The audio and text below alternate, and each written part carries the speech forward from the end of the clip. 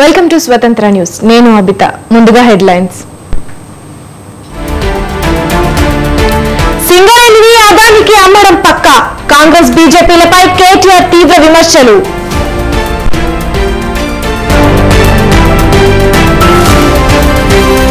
Congress BRS లపై బండి సంజయ్ మండిపాటు. అసత్తో కలిసి ఓడించేందుకు ఒక్కటయ్యారని fire.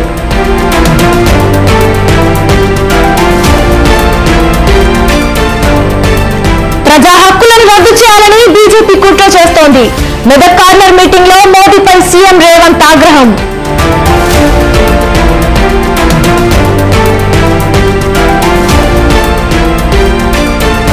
ఇది ఎన్నిక పేగలు పెత్తందారుల మధ్య యుద్ధం. చిలుకూరిపేట సభలో విపక్షాలపై జగన్ ధ్వజం.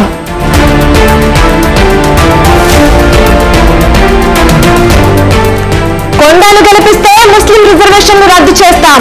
వికారాబాద్ సభలో రాహుల్ పై అమిత్ షా నిప్పులు.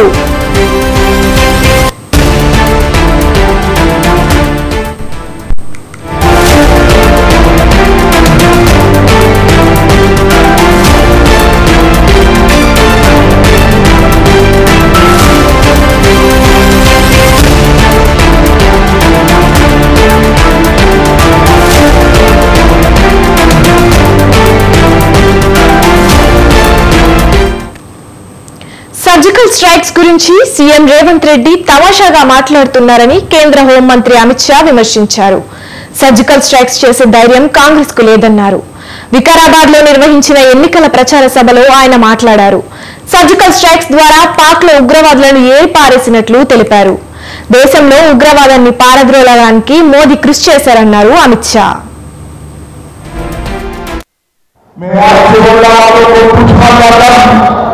प्रधानमंत्री कैसा होगा? 370 को संभालने वाला, आतंकवादियों को संभालने वाला या खत्म करने वाला? आप देश से बोलिए, प्रधानमंत्री कैसा होना चाहिए? आतंकवाद समाप्त करने वाला होना चाहिए या नहीं? देश से बोलिए, होना चाहिए या नहीं? भाइयों बहनों, इन कांग्रेस पार्टी ध्रुवीकरण के कारण आतंकवाद को बचाने के लिए नरेंद्र मोदी जी ने आतंकवाद को मूल समय समाप्त करने का काम. రేవంత్ రెడ్డి రాహుల్ గాంధీ ఒక్కటై ఆర్ఆర్ ట్యాక్స్ వసూలు చేస్తున్నారని అమిత్ షా ఆరోపించారు. తెలంగాణను కాంగ్రెస్ కు ఏటీఎంలా మార్చుకున్నారన్నారు. తెలంగాణ ప్రజల డబ్బులు ప్రతిరోజు ఢిల్లీ ఖజానాకు చేరుతుందన్నారు. भाइयों बहनों, छोटे छोटे गांव को ये म्यूनिसिपालिटी बना रहे हैं और इसमें कोई व्यवस्था नहीं है. ये रेवंत रेड्डी और राहुल बाबा दो इकट्ठा होकर आरआर टैक्स डाले.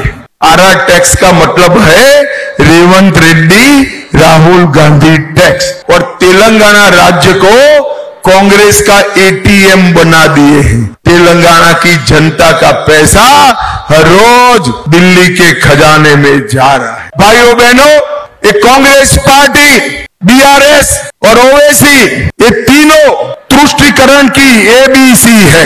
ए से मतलब है असदुद्दीन ओवैसी, बी से मतलब है बीआरएस और सी से मतलब है कांग्रेस.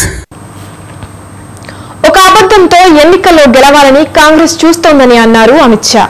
మార్ఫింగ్ వీడియో తయారు చేసి దుష్ప్రచారాలు చేస్తున్నారని మండిపడ్డారు. भाइयों बहनों, ये झूठ के आधार पर चुनाव जीतना चाहती.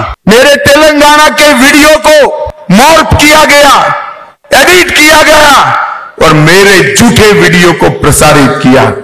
रेवंत जी गलत जगह पे हाथ डाल दिया. भले आदमी करते तो और किसी का करते. अब पुलिस इसकी जांच कर रही है, ये डर रहे हैं. भाइयों बहनों, झूठ के आधार पर ये चुनाव जीतने वाले लोग हैं. రిజర్వేషన్లు తొలగిస్తామని రేవంత్ రెడ్డి దుష్ప్రచారం చేస్తున్నారని, ఆయన మాటలు నమ్మొద్దని అన్నారు అమిత్ షా. రిజర్వేషన్లు తొలగించే ప్రసక్తే లేదన్నారు. ये अफवाहें फैला.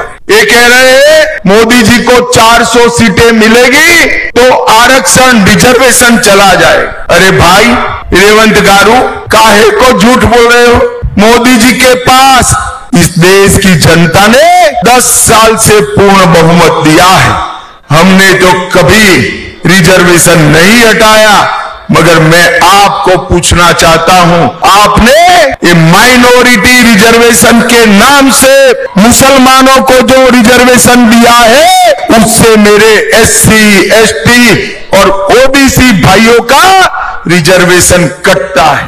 रेवंत गारू, हिम्मत है तो तेलंगाना की जनता को बताओ, क्या आप मुस्लिम रिजर्वेशन समाप्त करोगे क्या? उनको बताना चाहिए या नहीं बताना चाहिए?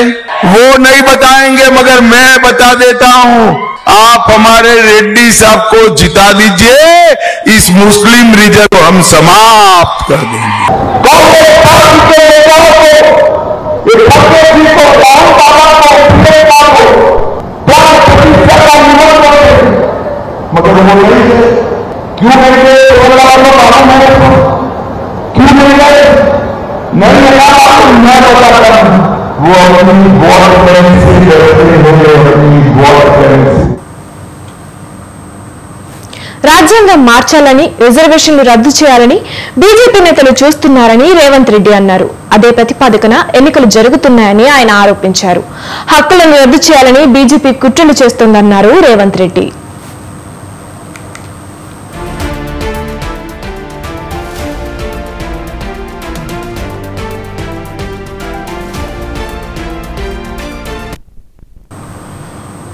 తెలంగాణ సీఎం రేవంత్ రెడ్డి దూకుడు పెంచారు. ఇవాల్టితో ఎన్నికల ప్రచారానికి తెరపడనుండడంతో ప్రచారాన్ని ముమ్మరం చేశారు. పటాన్ చెరువులో రోడ్ షో నిర్వహించారు. లోక్సభ ఎన్నికల్లో అత్యధిక సీట్లు సాధించడమే లక్ష్యంగా ప్రచారం సాగుతోంది.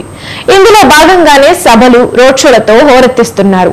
పటాన్ చెరువు రోడ్ షోలో పాల్గొన్న రేవంత్ రెడ్డి కాంగ్రెస్ కు ఓటు వేసి గెలిపించాలని అభ్యర్థించారు. ఈ సందర్భంగా బీజేపీపై నిప్పులు చెరిగారు. లోకసభ ఎన్నికలు ఈ రోజు సంక్షేమ అభివృద్ధి ప్రాతిపదికన జరగట్లేదు. రాజ్యాంగాన్ని మార్చాలని, రిజర్వేషన్లను రద్దు చేయాలనే ప్రాతిపదికన ఈ ఎన్నికలు జరుగుతున్నాయి. అందుకే మా ఎస్సీ, ఎస్టీ, బీసీ, మైనారిటీ సోదరులను తెలంగాణ భవన్ లో కేసీఆర్ మాట్లాడుతున్నారు. లైవ్ లో చూద్దాం. వాళ్ళు అవలంబించిన తప్పుడు విధానాలు ప్రజల్లోకి బాగా స్పష్టంగా పోయినాయి. మేము కూడా బాగా చెప్పగలిగినాం. దాని ఫలితమే బీఆర్ఎస్ అద్భుతమైన విజయాన్ని సాధించబోతా ఉంది. ముఖ్యంగా ఇక్కడ అధికారంలోకి వచ్చినటువంటి కాంగ్రెస్ పార్టీ ఒక అర్భక ముఖ్యమంత్రి యొక్క ఆధ్వర్యంలో చాలా బ్లండర్ మిస్టేక్స్ చేసింది. So many blunders. ఎందుకంటే ఎప్పుడు కానీ ఇంతకు ముందు ఉన్నటువంటి ప్రభుత్వం మారి వేరే పార్టీ ప్రభుత్వం, కొత్త ప్రభుత్వం కొలువు తీరినప్పుడు సహజంగా ఏం చేయాలా, గత ప్రభుత్వం ఏ విధానాలు ఏ విధంగా అవలంబించింది అనేది ఇంటర్నల్ సమీక్షలు చేసుకొని అంతకంటే కొంచెం మెరుగ్గా పనితనాన్ని చూపించేటువంటి ప్రయత్నాలు ముమ్మరంగా చేయాలి. ఇది సహజంగా ఎక్కడైనా మనకు కనిపించేదే. వేరే దేశాలలో కావచ్చు, ఈవెన్ మన స్టేట్లో కావచ్చు, ప్రభుత్వాలు మారినప్పుడు జరగవలసినటువంటి సహజమైన పద్ధతి. అందుకు భిన్నంగా అసహజమైన పద్ధతిలో వాళ్ళ ప్రభుత్వం ఏర్పడిన తర్వాత పాలసీ ఫార్మేషన్ ఏంది, ఏ విషయంలో వాళ్ళు ఏం చేయబోతా ఉన్నారు, రైతుల విషయంలో కావచ్చు, ఇండస్ట్రీ కావచ్చు, ఐటీ కావచ్చు, పవర్ సెక్టర్ కావచ్చు, ఇరిగేషన్ కావచ్చు, అనేక ముఖ్య విషయాలు పక్కకు పెట్టి వాళ్ళు చాలా సమయాన్ని, అమూల్యమైనటువంటి సమయాన్ని చిల్లర రాజకీయాల కోసం వేస్ట్ చేసినారు. ఈవెన్ శాసనసభ వేదికల మీద కూడా చాలా ఘోరమైనటువంటి చిలిపి ప్రయత్నాలు చేసినారు.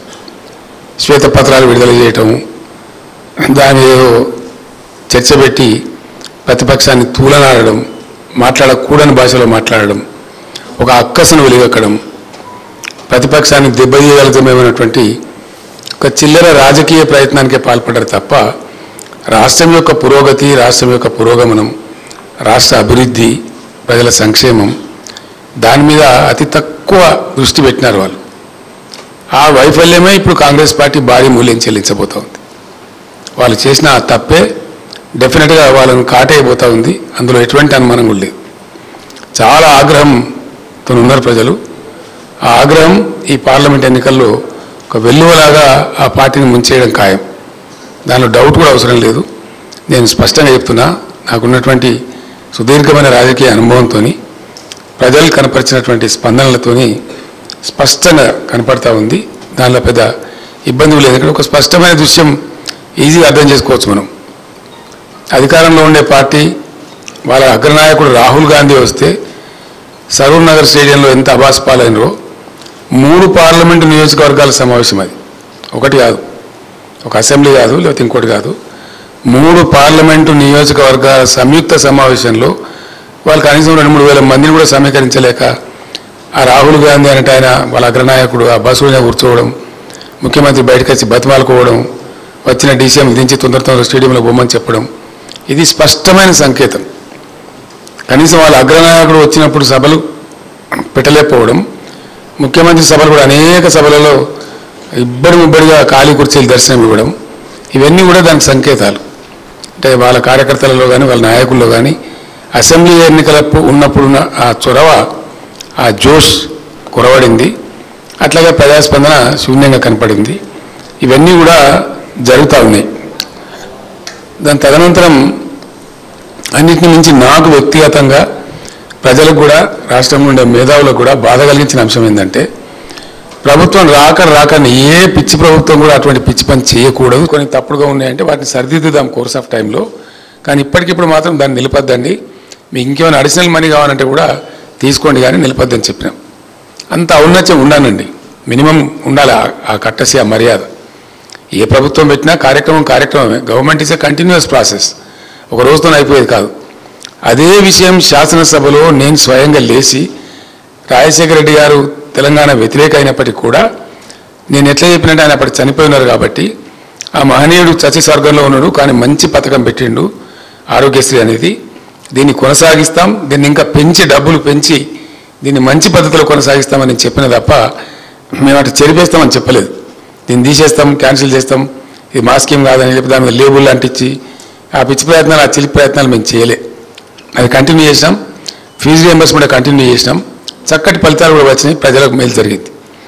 కానీ ఈ ప్రభుత్వం చక్కగా నడుస్తున్నటువంటి మంచి కార్యక్రమాలు, అనేక కార్యక్రమాలు, వాటిని దెబ్బ తీసుకున్నారు పాపం. వాళ్ళకి అతి తెలివికి పోయి, అది అనవసరమైనటువంటి ఒక బేసిజానికి పోయి దెబ్బ తీసుకొని వాళ్ళ కాలు వాళ్ళే ఎరుగొట్టుకున్నారు. ఇక్కడ నష్టపోయింది వాళ్ళే, వేరే వాళ్ళు నష్టపోరు. ముఖ్యంగా కరెంటు.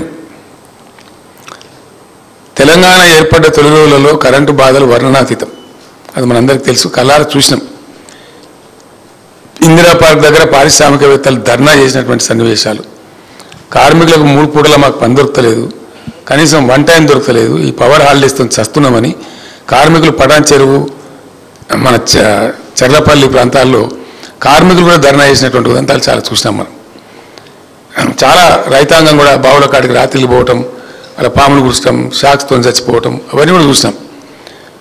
వితిన్ 3-4 మంత్స్లోనే వ్యవసాయం తప్ప మిగతా అన్ని రంగాలకు 24 గంటల కరెంటు తెచ్చినాం. 4-5 మంత్స్లోనే.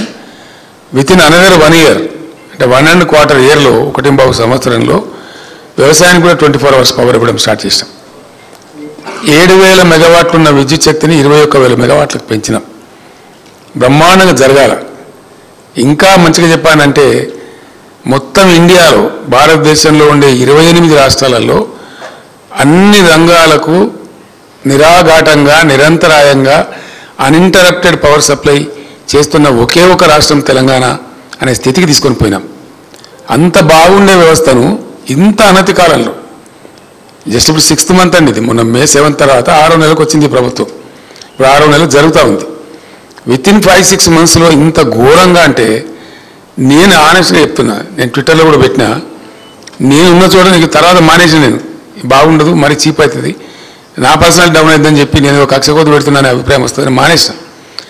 నేనుండే ప్లేసులలో నేను ఎక్కడైతే ఆగుతుంటానో, నైట్ హాల్ట్స్ కానీ ఇంకో చోట కానీ 7-8 సార్లు పవర్ పోయిందండి.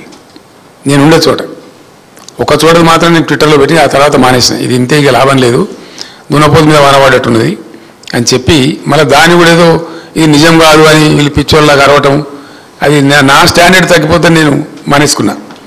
7-8 టైమ్స్ పవర్ ఫెయిల్యూర్. ఒకసారి కాదు, నేను ఉండగానే 2 సార్లు 3 సార్లు పవర్ పోవటం. ఊళ్ళలో అయితే అసలు దిక్కులేదు, దివానం లేదు. మళ్ళీ రైతులు చాకులు కొట్టి చచ్చిపోవడం, పాములు కట్టి చచ్చిపోవడం, అవన్నీ మీరే రిపోర్ట్ చేసినారు, మీ అందరికీ ఇన్ఫర్మేషన్ ఉంది, అది ఫ్యాక్టు. దాంతో పంటలు ఎండిపోవడం, కరెంటు కోతలతోని చాలా పెద్ద, అది ఇంపార్టెంట్ ఇన్పుట్. ఒక అభివృద్ధి చెందుతున్న దేశంలో, అభివృద్ధి చెందుతున్న రాష్ట్రానికి, చాలా ఫాస్ట్ అభివృద్ధి చెందుతున్న తెలంగాణ రాష్ట్రానికి very very important input is power. Multiple benefits ఉంటాయి ఒక్కొక్క ఇన్పుట్లో, ఒక్కొక్క దాంట్లో. Power is not an easy matter today. ఎట్లా అంటే ఊళ్ళో మామూలు పిండిగిరిని నడుపుకునేటువంటి మామూలు చిన్న సైజు చిరు ఇండస్ట్రియలిస్ట్, చిన్న తరహా పరిశ్రమ నడుపుకునేటువంటి పిండిగిరిని నడుపుకునే వ్యక్తి నుంచి అపాచే హెలికాప్టర్లు తయారు చేసే వాళ్ళ దాకా ఎఫెక్ట్ చేస్తుంది. పవర్ ఉండటం లేకపోవడం అనేది చాలా పెద్ద విషయం. పిండిగిరిని నడుపుకునేవాడు, సామిల్ నడుపుకునేవాడు, వాడు బాధపడతాడు అక్కడ. ఇక్కడ ఈవెన్ అపాచే హెలికాప్టర్ తయారు చేసేంత భారీ కంపెనీలు కూడా పెద్ద ఒక రకమైనటువంటి అవిశ్వాసానికి లోనైతే అది చాలా తీవ్ర పరిణామం. అట్లనే వ్యవసాయం చేసుకునేటువంటి మామూలు రైతు నుంచి అమెజాన్ లాంటి ఐటీ కంపెనీ కూడా దిగ్భ్రాంతి కలిగిస్తుంది. అది కారణం ఏంటంటే నేనే ఎఫెక్ట్ అవుతాను రైతు అనుకుంటాడు, నేనే ఎఫెక్ట్ అవుతాను ఐటీ వాళ్ళు అనుకుంటారు. అది చాలా పెద్ద ప్రమాదం. అది రాష్ట్ర భవిష్యత్తుకి ఒక రకమైనటువంటి ఇబ్బంది కలిగించేటువంటి కథ. దాన్ని ఎందుకు దెబ్బతీసినో నాకు అర్థం కాలేదు. ఏం కొరత లేదు, సింగరేణి మనది, బొగ్గు కొరత లేదు, నీళ్ళ కొరత లేదు, మనుషుల కొరత లేదు, అదే ఉద్యోగస్తులు ఎందుకు నడపలేకపోయారు కరెంటును? ఏం సమాధానం చెప్తారు కాంగ్రెస్? అదే ఆగ్రహం ఉంది ప్రజలలో. నేను అదే మాట మాట్లాడిన ఇప్పుడు నా ఉపన్యాసాలలో. కేసీఆర్ పక్కకు జరగగానే కట్కా బంద్ చేసినట్టే, తెలంగాణ భాషలో స్విచ్ ఆఫ్ చేసినట్టే కరెంట్ ఎక్కడ పోయింది. 9 ఏళ్ళు జరిగింది కదా, ఇప్పుడు వీళ్ళు గడపాలను పట్టి తవ్వే అవసరం లేదండి, పెద్ద ఏదో తలలు బద్దలు కొట్టుకునే అవసరం లేదు. యాజ్ ఇట్ ఈస్గా జరిపిస్తే అయిపోయేది. వాళ్ళ లాజిక్ కోల్పోయారు పాపం. దురదృష్టం ఏంటంటే వాళ్ళు అతికిపోయి, అప్పుడు మేము ఏం చేసినామంటే అన్ని సమీక్షల తర్వాత టాప్ టు బాటం చాలా అద్భుతమైన అనుభవం ఉన్నటువంటి టెక్నోక్రాట్స్ని పెట్టినారు. కైకలూరు సభలో సీఎం జగన్ మాట్లాడుతున్నారు. లైవ్ లో చూద్దాం. 31,000 ఉద్యోగాలు మీ బిడ్డ ఇచ్చాడు. ఈ 59 నెలల కాలంలో గతంలో ఎప్పుడు జరగని విధంగా మన కళ్ళ ఎదుటనే, మన సచివాలయంలోనే మన తమ్ముళ్ళు, మన చెల్లెమ్మలు కనిపిస్తా ఉన్నారు. ఏకంగా 1,35,000 మందికి ఉద్యోగాలు ఇస్తూ సచివాలయాల్లోనే కనిపిస్తా ఉన్న పరిస్థితి.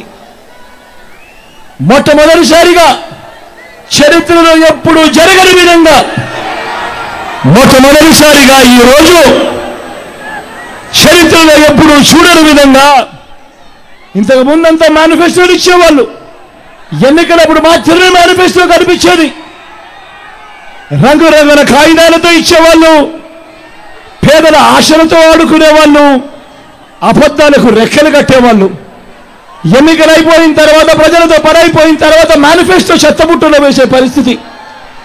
మొట్టమొదటిసారిగా ఈ 59 నెలల కాలంలో మీ బిడ్డ అధికారంలోకి వచ్చిన తర్వాత మొట్టమొదటిసారిగా విశ్వసనీయత అన్న పదానికి మీ బిడ్డ అర్థం చెబుతూ ఎన్నికల ప్రణాళికలో చెప్పినవి ఏకంగా 99% హామీలను అమలు చేసి ఆ మేనిఫెస్టోను మొట్టమొదటిసారిగా అక్క చెల్లెమ్మలకు పంపించి, అక్క మీరే టిక్కు పెట్టండి మీ బిడ్డ పాలనలో ఏం జరిగింది అని ఆ అక్క చెల్లెమ్మల చిరునవ్వుల మధ్య వాళ్ళ ఆశీస్సులు తీసుకుంటా ఉన్న సాంప్రదాయం మొట్టమొదటిసారిగా ఈ 59 నెలల కాలంలోనే జరిగింది అని చెప్పడానికి గర్వపడతా ఉన్నాడు మీ బిడ్డ అని సందర్భంగా తెలియజేస్తా ఉన్నా.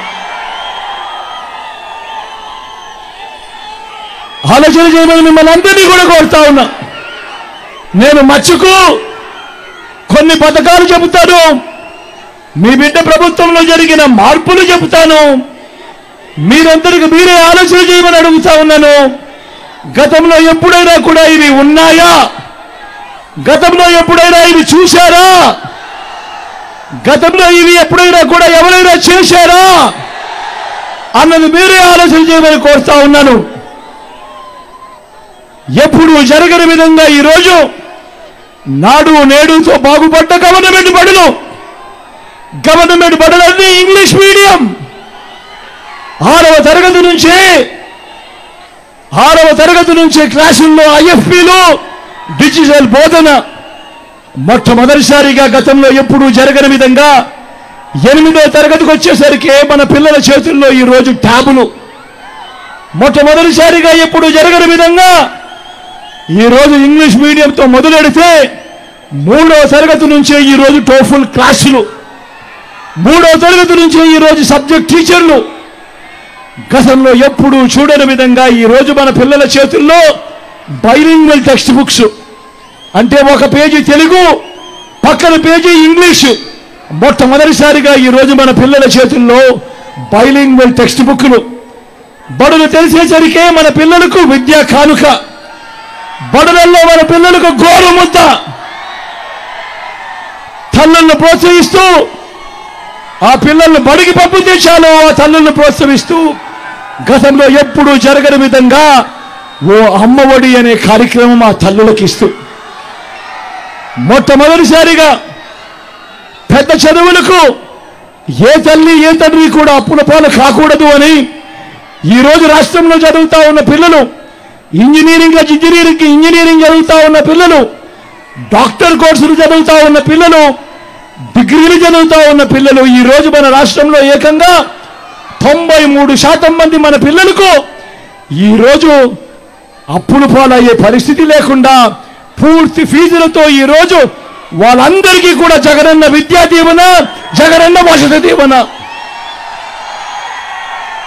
మొట్టమొదటిసారిగా కరికులంలో మార్పులు తీసుకొస్తూ మన డిగ్రీ కోర్సుల్లోనే ఈరోజు ఇంటర్నేషనల్ యూనివర్సిటీస్తో ఆన్లైన్ సర్టిఫైడ్ కోర్సులు, మన డిగ్రీలలోనే ఈరోజు మ్యాండేటరీ ఇంటర్న్షిప్.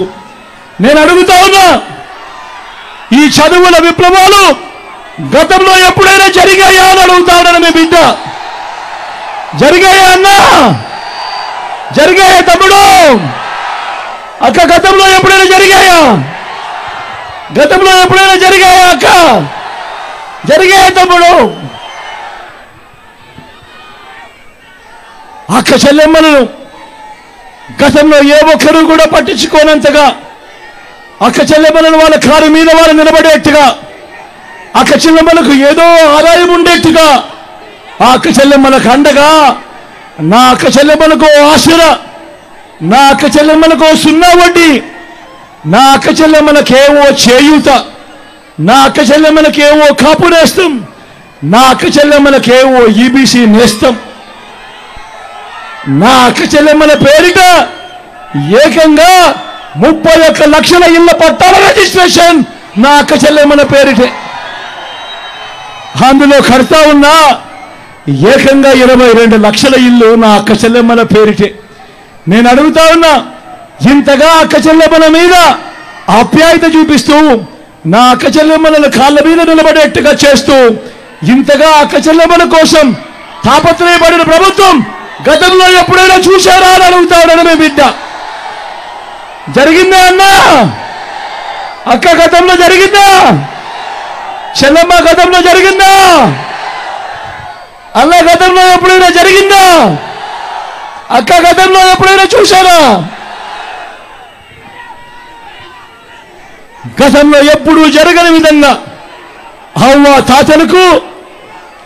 తాతలకు గతంలో ఎప్పుడూ జరగని విధంగా నేరుగా ఇంటికే అవ్వ తాతలకు పెన్షన్, ఇంటి వద్దకే పౌర సేవలు, ఇంటి వద్దకే రేషన్, ఇంటి వద్దకే పథకాలు. నేను అడుగుతా ఉన్నా, ఇలా గతంలో ఎప్పుడైనా కూడా మన ఇంటికే ఈ పథకాలన్నీ వచ్చాయా అని అడుగుతా ఉన్నాడు మీ బిడ్డ. ఇంటికే పెన్షన్ వచ్చిందా అని అడుగుతా ఉన్నాడు మీ బిడ్డ. ఇంటి వద్దకే రేషన్ వచ్చిందా అని అడుగుతా ఉన్నాడు మీ బిడ్డ. గతంలో ఎప్పుడూ జరగని విధంగా ఈరోజు జరుగుతా ఉంది. రైతన్నలకు మొట్టమొదటిసారిగా గతంలో ఎప్పుడూ జరగని విధంగా రైతన్నలకు ఈరోజు పెట్టుబడికి సహాయంగా రైతు భరోసా, రైతన్నలకు ఉచిత పంటల బీమా, రైతన్నలకు సీజన్ ముగిసేలోగానే మొట్టమొదటిసారిగా ఇన్పుట్ సబ్సిడీ, రైతన్నలకు పగటిపూట 9 గంటల పాటు నాణ్యమైన ఉచిత విద్యుత్, రైతన్నలను చెయ్యి పట్టుకొని నడిపిస్తూ రైతన్న కోసమే గ్రామంలో ఓ ఆర్బీకే వ్యవస్థ. నేను అడుగుతా ఉన్నా, ఇంతగా రైతన్న మీద ధ్యాస పెట్టి రైతన్నకి ఇన్ని పథకాలు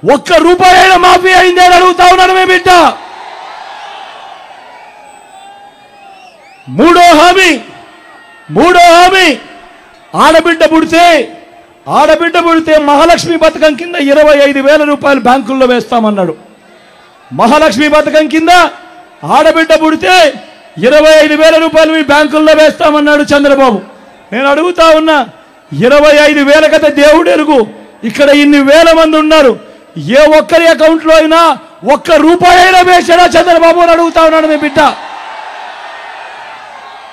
అన్నా ఇట్లా రెండు చేతులు పైకెత్తాలి, ఇలా ఇలా ఇలా ఇలా ఇలా ఇలా ఇలా ఇలా ఇలా ఇలా ఇలా ఇలా ఇలా ఇలా ఇలా.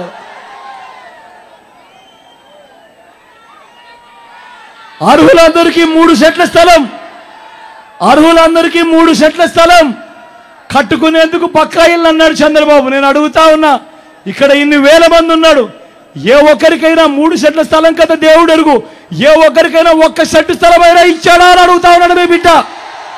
ఇలా ఇలా ఇలా ఇలా ఇలా ఇలా ఇలా ఇలా ఇలా. ఇంటింటికి ఉద్యోగం ఇవ్వకపోతే 2,000 రూపాయలు నిరుద్యోగం అన్నాడు చంద్రబాబు, నెల నెల అన్నాడు. నేను అడుగుతా ఉన్నా, చంద్రబాబు 5 ఏళ్ల పాలనలో అంటే 60 నెలలు ఇంటూ నెలకు 2,000 రూపాయలు అంటే ప్రతి ఇంటికి 1,20,000 రూపాయలు, ఇందులో ఏ ఒక్కరికైనా ఇచ్చాడా అని అడుగుతా ఉన్నాడు మీ బిడ్డ. ఇలా ఇలా ఇలా ఇలా ఇలా ఇలా ఇలా ఇలా ఇలా ఇలా ఇలా. ప్రతి ఏటా 10,000 కోట్లతో బీసీ సప్లాన్, చేనేత, పవర్ లూమ్స్ మాఫీ అన్నాడు, జరిగిందా?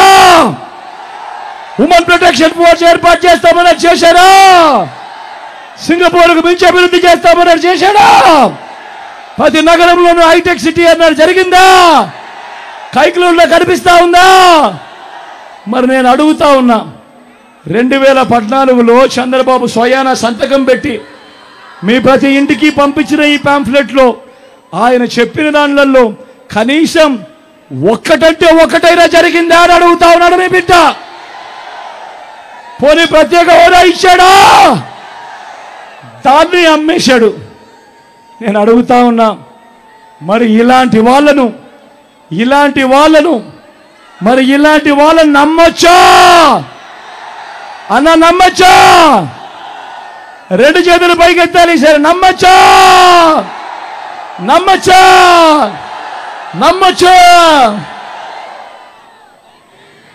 మరి ఇప్పుడు ఏమంటా ఉన్నారు వీళ్ళంతా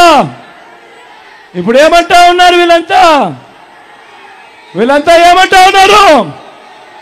ఇదే కూటమి, ఇదే చంద్రబాబు ఏమంటా ఉన్నారు? సూపర్ 6 అంటా ఉన్నారు. నమ్మచ్చా అన్న? నమ్మచ్చా? సూపర్ 7 అంటే నమ్మచ్చా అన్న? నమ్మచ్చా? ఇంటింటికి కేజీ బంగారం అంట, నమ్ముతారా? ఇంటింటికి బెంచ్ కార్ అంట, నమ్ముతారా? ఆలోచన చేయమని కోరుతా ఉన్నా, మీ అందరితో కూడా కోరుతా ఉన్నా. ఇలాంటి అబద్ధాలు, ఇలాంటి మోసాలతో ఈరోజు యుద్ధం చేస్తా ఉన్నాం. మీ అందరినీ కూడా నేను ఒకటే కోరుతా ఉన్నా, అందరూ ఆలోచన చేయండి. చంద్రబాబు ప్రలోభాలకు ఏ ఒక్కరు కూడా నమ్మద్దండి అని సందర్భంగా మిమ్మల్ని అందరినీ కూడా కోరుతా ఉన్నా. చంద్రబాబు ప్రలోభాలకు నమ్మద్దండి. 5 ఏళ్ళు మీ అందరికీ క్యాలెండర్ ఇచ్చి ఏ నెలలో ఏం చేస్తాము అని, ఏ నెలలో రైతు భరోసా, ఏ నెలలో అమ్మఒడి, ఏ నెలలో చేయూత అని, ప్రతి నెలలో ఏమి చేయబోతున్నాము అని ముందుగానే చెప్పి క్రమం తప్పకుండా ప్రతి సంవత్సరం ప్రతి నెల అది ఇస్తూ మంచి చేసిన మీ బిడ్డ ప్రభుత్వాన్ని కాపాడుకోండి అని మీ అందరికీ కూడా ఈ సందర్భంగా తెలియజేస్తా ఉన్నాను. చంద్రబాబు ప్రలోభాలకు మోసపోకండి. జరగబోయే మంచి, ప్రతి సంవత్సరం ప్రతి ఏటా జరగబోయే మంచిని ఏ ఒక్కరూ కూడా పోగొట్టుకోకండి అని చెప్పి మీ అందరికీ విజ్ఞప్తి చేస్తా ఉన్నాను. వాలంటీర్లు మళ్ళీ ఇంటికే రావాలన్నా, అవ్వాతాతల పెన్షన్ మళ్ళీ ఇంటికి అందాలన్నా, నొక్కిన బటన్ల సొమ్ము నా అక్కచెల్లెమ్మల కుటుంబాలకు మళ్ళీ రావాలన్నా, పేదవాడి భవిష్యత్తు మారాలన్నా, పథకాలన్నీ కొనసాగాలన్నా, మన పిల్లల బడులు చదువులు బాగుపడాలన్నా, మన వైద్యం వ్యవసాయం మెరుగుపడాలన్నా, ఇవన్నీ జరగాలంటే ఏం చేయాలి? ఏం చేయాలి? ఏం చేయాలి? ఏం చేయాలి? ఏం చేయాలి? ఏం చేయాలి? ఫ్యాన్ గుర్తు మీద, ఫ్యాన్ గుర్తు మీద 2 బటన్లు నొక్కాలి. ఇంటి బయటే ఉండాలి. తాగేసిన టీ గ్లాస్ ఎక్కడ ఉండాలి? సింక్లోనే ఉండాలి. బీజేపీ ఎక్కడ ఉండాలి? సింక్లోనే ఉండాలి.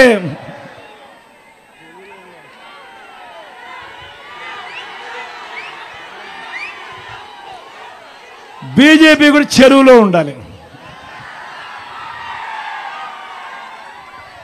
నా పక్కన మీ ఎమ్మెల్యే అభ్యర్థిగా డిఎన్ఆర్ నిల్చుంటా ఉన్నాడు. మంచివాడు, సౌమ్యుడు. డిఎన్ఆర్ వల్ల మీ అందరికీ మంచి జరుగుతుందని మనసారా కూడా మీ అందరికీ కూడా తెలియజేస్తా ఉన్నాను.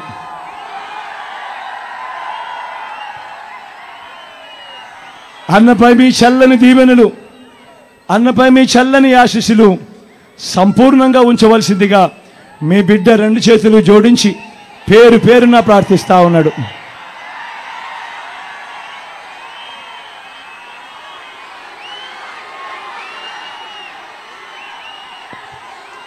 అదేవిధంగా నా ఎడం వైపున సునీల్ ఉన్నాడు.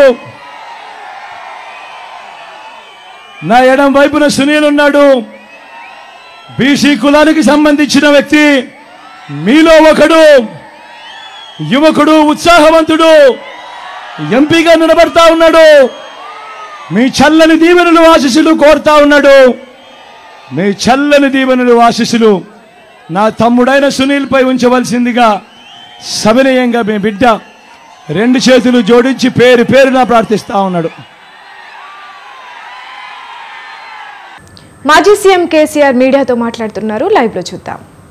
చేసినారు అనేక పట్టణాలకు మేము ఇచ్చిన గ్రాంటు, అనేక 25 కోట్లు 30 కోట్లు పోయిన ప్రకటించిన, అంతకుముందు విడుదల చేసేది, అవన్నీ కూడా రివర్స్ చేసినారు. కంప్లీట్ రివర్స్ చేసినారు. ఈ రకంగా ఆ గ్రామాలను పట్టణాలను కూడా నెగ్లెక్ట్ చేసినారు.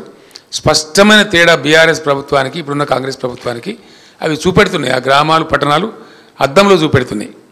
దళిత బంధు, దీనిలో పాత బిల్లులు ఇవ్వలేదు, అన్నీ గందరగోళం అవుతూ ఉన్నది. వాళ్ళు ప్రజలకి వీళ్ళ వల్ల ఈ రాష్ట్రం ముందరికి పోదని కూడా గ్రహించారు. దళిత బంధు మేము 1,30,000 మందికి శాంక్షన్ చేసాం. ఎందుకు వాపసు తీసుకోనండి దాన్ని? వీళ్ళు ఇచ్చిన హామీ ఏంది? 6 గ్యారెంటీలలో మన గ్యారెంటీ దాన్ని ఇచ్చింది ఏంది? కేసీఆర్ 10 లక్షలు ఇస్తుండో మేము 12 లక్షలు ఇస్తామని చెప్పినారు. ఆ 12 లక్షలు మాట దేవుడు ఎరుగు నువ్వు ఇవ్వకున్నా మంచిదే, కానీ ఆ ఇచ్చిన 10 లక్షలు మేము రిలీజ్ చేసిన ఫండ్స్ కలెక్టర్ల దగ్గర పోయి జమ అయి ఉంటే వాటిని ఫ్రీజ్ చేసిందండి. ఫ్రీజ్ చేయడమే కాదు, రాష్ట్ర ప్రభుత్వం వెనక్కి తెప్పించుకున్నది కలెక్టర్లను దబాయించి. దాని మీద చెప్తలేదు. మేము ఇస్తామన్న 12 లక్షలు ఎప్పుడు ఇస్తాం, ఏ నెల నుంచి ఇస్తాం, కనీసం ఇస్తామా ఇయ్యమా, దళిత బంధు ఎగబెడుతున్నామా, ఏమీ చెప్పరా.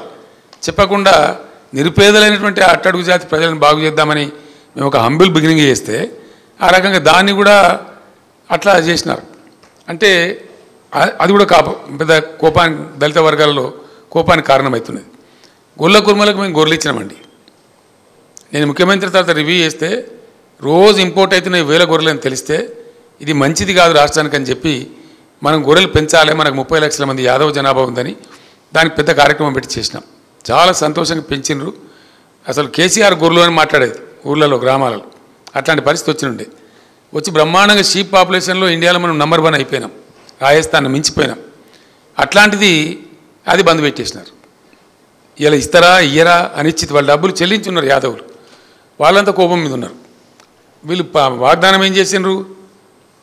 నేరుగా యాదవ సోదరులకు 2 లక్షలు ఇస్తాం, వాళ్ళు చేసుకొని కొనుక్కొని అని చెప్పారు. 2 లక్షలు కాదు, కట్టమాటి డిపాజిట్కే దిక్కులేదని చెప్పి ఇలా వాళ్ళ ఆగ్రహం, ఆ గొర్రెల పథకం పోయిందని యాదవులు ఆగ్రహంతో ఉన్నారు. ఎందుకు నిలిపేసినో మనకు అర్థమైతే లేదు. ఇది కూడా కేసీఆర్ ఆనవీళ్ళని చెరిపేస్తామనే ప్రయత్నమా, పిచ్చి ప్రయత్నమా, నాకైతే అర్థం కాలేదు. ఆ విధంగా అది కూడా దెబ్బతీసినారు. ఇట్లా నీ చేప పిల్లలు కూడా బ్రహ్మాండంగా చేసినాం మేము. అద్భుతంగా మత్స్యకారులు 1000 కోట్ల సంపద సంపాదించినారు. ఇలా చేపలు చెరువులలో ఎండిపోయి చచ్చిపోతూ ఉన్నాయి, వాళ్ళు కూడా అయోమయానికి గురైనరు, అది ఇబ్బంది జరిగింది. ఫీజు రీఎంబర్స్మెంట్ ఇచ్చిన దిక్కులేదు గత 5 ఏళ్ళ నుంచి, రూపాయి కూడా విడుదల లేదు. విద్యార్థులు పెద్ద అయోమయం, ఆ ఇన్స్టిట్యూట్ వాళ్ళు మొత్తుకుంటున్నారు, మేము జీతాలు ఇవ్వలేకపోతున్నాం సార్, కొద్దిగా మీరన్నా రేజ్ చేయండి అట్లా ఇస్తారేమో అని నాకు వచ్చి చెప్తా ఉన్నారు. No fees reimbursement in the last 5 months. ఏం జరిగిందో భగవంతుని తెలుసు, మరి డబ్బులు ఎక్కడికి పోతున్నాయో తెలియదు, దాని మీద కాన్సన్ట్రేషన్ లేదు, అది ఇబ్బందుల్లో ఉంది. గురుకులాలలో కలుషిత ఆహారం, 3-4 విద్యార్థులు చాలా అతీవ్రతకు గురై అందులో 2 చచ్చిపోయినారు, దాదాపు 150 మంది అస్వస్థతకు గురై హాస్పిటల్ పాలైనారు. మరి ఈ రకంగా ఏం జరుగుతూ ఉంది అసలు? సమీక్ష లేదు, మన్ను లేదు, మందిని తిట్టడం, రైతు బంధు అడిగితే చెప్పుతోని కొడతానము అనడం, ఇటువంటి దురుసు మాటలు తప్ప, అతి ప్రవర్తన తప్ప ఏ ఒక్కటి కూడా లేదు. ఓవర్సీస్ స్కాలర్షిప్ మేము 20 lakhs పెట్టినాం, ఇండియాలో ఏ రాష్ట్రంలో లేదు. పేద పిల్లలు చదువుకోవాలని అంబేద్కర్ గారి పేరు మీద, పూలే గారి పేరు మీద మేము ఒక 20 లక్షల ఓవర్సీస్ స్కాలర్షిప్ పెట్టి విజయవంతంగా ఇచ్చినాం. ఈవెన్ బ్రాహ్మణులలో ఉన్న నిరుపేదలకు కూడా ఇచ్చినాం. అది కంప్లీట్ క్లోజ్ చేసి పడేసినారు, అది బంద్ చేశారు.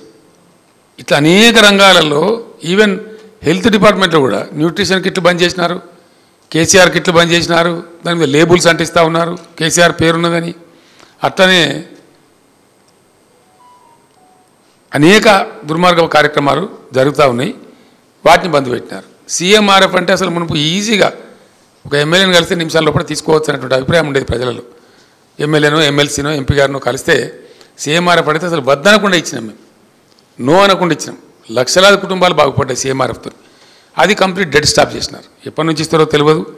అది కూడా చాలా తీవ్రమైనటువంటి కోపం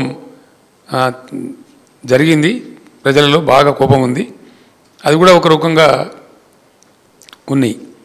ఇట్లా చాలా చాలా చెడ్డ మాటలు మాట్లాడి అతి దురుసు ప్రవర్తన పోయినారు.